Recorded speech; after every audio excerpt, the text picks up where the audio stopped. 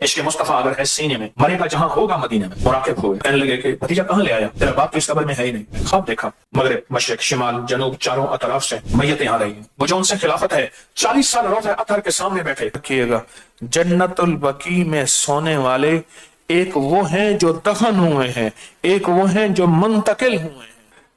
اس کے بارے میں واقعات در واقعہ سے ایک واقعہ سناؤں گا۔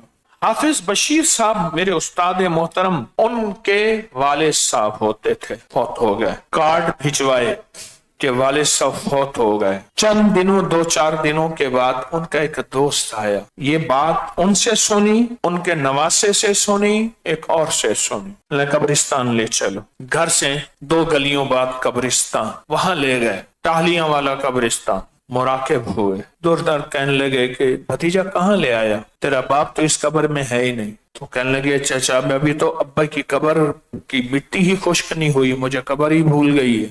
پھر مراقبہ کیا، پھر مراقب ہوئے، ہاں کہنے لگے تو سچ کہتا ہے، تیرے والد کو بقیع میں لے گئے ہیں اور بقیع میں ایک بندہ دفن ہوا، وہ وہاں کے قابل نہیں تھا، اس کو یہاں لے آئے۔ ایک اور واقعہ، درویش تھے، کہنے لگے کہ اس دفعہ میں نے بس مدینہ منورہ رہنا ہے۔ خواب دیکھا، مغرب مشرق شمال جنوب چاروں اطراف سے میتیں آ رہی ہیں، میتیں آ رہی ہیں، چاروں اطراف سے میتیں آ رہی ہیں، اور ان کو دفن کیا جا رہا ہے بقیع میں، اور کچھ میتوں کو بقیع سے بھیجا جا رہا۔ اس نے پوچھا خواب میں یہ کیا ہے؟